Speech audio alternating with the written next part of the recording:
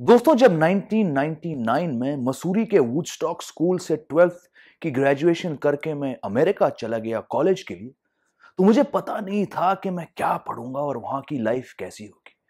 मगर मुझे college campus का पता था, क्योंकि 2 साल पहले मेरी मदर, जो टीचर हैं, वो मुझे अमेरिका के कुछ 4-5 कॉलेजेस के एडमिशन टेस्ट के लिए लेके गई थी। इनमें से मुझे सबसे पसंद आया ओहायो स्टेट का कॉलेज ऑफ वूस्टर, जहां वुडस्टॉक के कुछ स्टूडेंट्स और मेरी एक कजिन भी पढ़ी थी। और अच्छा फाइनेंशियल एड पैकेज के साथ कॉलेज ऑफ वुस्टर में काफी इंटरनेशनल स्टूडेंट्स थे और एक क्रिकेट टीम भी। तो मुझे लगा कि यही सही जगह है पढ़ने के लिए।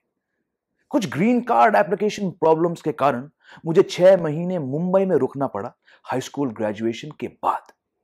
तो अगस्त 99 में कॉलेज में दाखिल नहीं हो सका, और उस बीच मैंने अपनी मदर की मुंबई स्कूल में स्पोर्ट्स डिपार्टमेंट में जॉब की।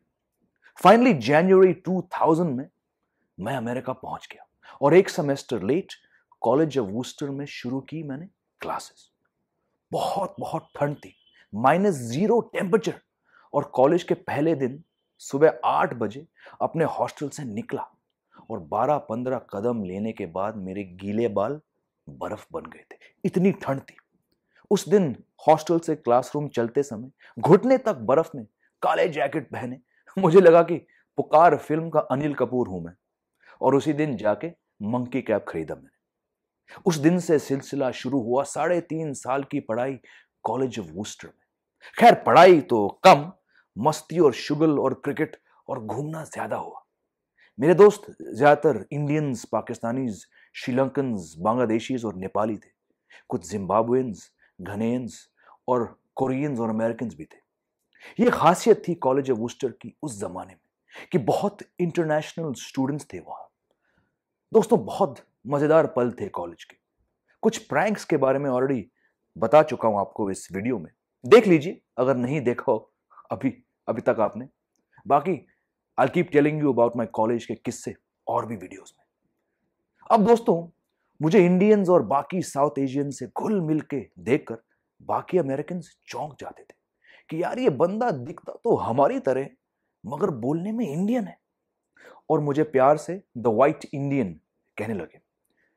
शायद कॉलेज के पहले ही हफ्ते के अंदर या 2 हफ्ते के अंदर मेरे कुछ सीनियर्स जो इंडियंस और पाकिस्तानीज थे, उन्होंने मुझसे कहा कि यार, तुम कॉलेज पॉलिटिक्स में शामिल हो जाओ as a South Asian student representative, ताकि हमारी आवाज मैनेजमेंट तक पहुंचे।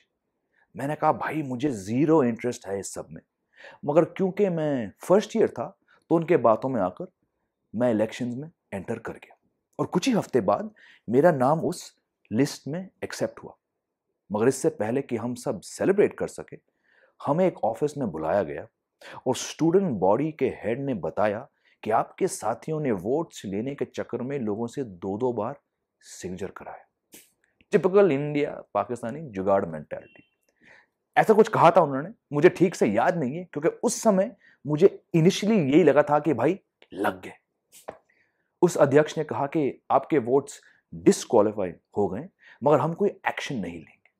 और बहुत ही रिलीफ था मैं ये सुनकर, और उस दिन से मैंने ठान लिया कि किसी भी सीनियर के बातों में नहीं आऊंगा और कॉलेज पॉलिटिक्स से जरूर दूर रहूंगा।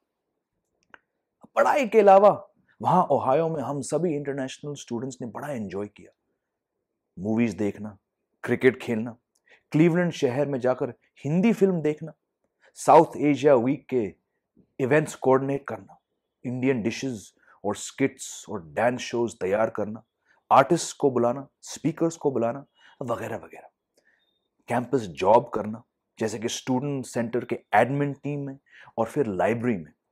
फर्स्ट ईयर के बाद से आखिरी साल तक मैं स्टूडेंट्स को अपने कार में वूस्टर से क्लीवलैंड एयरपोर्ट तक ड्रॉप करता था, कुछ $20-25 के लिए। तो थोड़ी इनकम यहां से भी मिली। और समर्स की छुट्टी में दोस्तों, कभी न्यूयॉर्क सिटी चले गए गाड़ी में सामान डाल के, तो कभी बाय बस बॉस्टन चले गए रिश्तेदारों से मिलने। मुझे याद है कि गर्मियों के ब्रेक में, समर ब्रेक में, बहुत कम स्टूडेंट्स और फैकल्टी रहते थे कैंपस में। तो ऐसा लगता था कि यार, पूरा कॉलेज अपना है। Great time.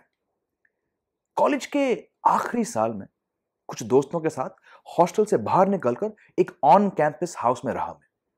एक नेपाली, 2 पाकिस्तानी, एक हिस्पैनिक और 4 अमेरिकन, जिनमें से एक कॉलेज के फुटबॉल टीम के हीरो भी थे। एक बंदे को नींद में चलने फिरने की आदत थी। एक रात को कुछ 2 बजे एग्जाम की तैयारी के बीच मुझे थोड़ी भूख लगी तो मैंने फ्रिज खोला। उसमें दूध, ऑरेंज जूस और एक चीज केक पड़ा था। इनमें से मेरा कुछ भी नहीं था दोस्तों। चीज केक देखकर मन में लालच आया और मैंने एक पीस काट के उसको प्लेट में डाल दिया। खाते समय जिस बॉडी बिल्डर बंदे की वो चीज केक थी, वो सिर्फ चड्डी में नीचे बेसमेंट से आया जहां बाथरूम था। उसने डायरेक्टली मुझे देखा और मैंने अपने आप से कहा, भाई तू तो गे हो। पर उसने मेरी आंख से आंख मिलाकर पूछा, hey did you see that guy come through here? मुझे कोई आइडिया नहीं था कि ये किसके बारे में पूछ रहा है, क्योंकि 10 मिनट से उस किचन में सिर्फ मैं ही था। मैंने पूछा, व्हिच गाय? और मेरे दोस्त ने कहा, the guy in the black ropes, he just walk past me and went up the stairs, didn't you see him? और अब मुझे सडनली एहसास हुआ कि ये बंदा शायद नींद में चल रहा है और इसको पता ही नहीं कि मैं उसके सामने बैठ के उसका चीज केक खा रहा हूं। तो मैंने कहा, नहीं ऐसा कोई बंदा नहीं है, मगर अगर आएगा तो मैं उसको जरूर बाहर भेज दूंगा, ठीक है? और ये सुनकर मेरा बॉडी बिल्डर दोस्त अपने कमरे में चला गया। और उस दिन दोस्तों मुझे एहसास हुआ कि भाई तू सीरियस कुटाई से बच गया। चलिए आगे आपको और भी किस्से सुनाऊंगा अपने कॉलेज लाइफ का। जरूर जुड़े रहिए मेरे चैनल से। अगली मुलाकात तक जय हिंद, वंदे मातरम।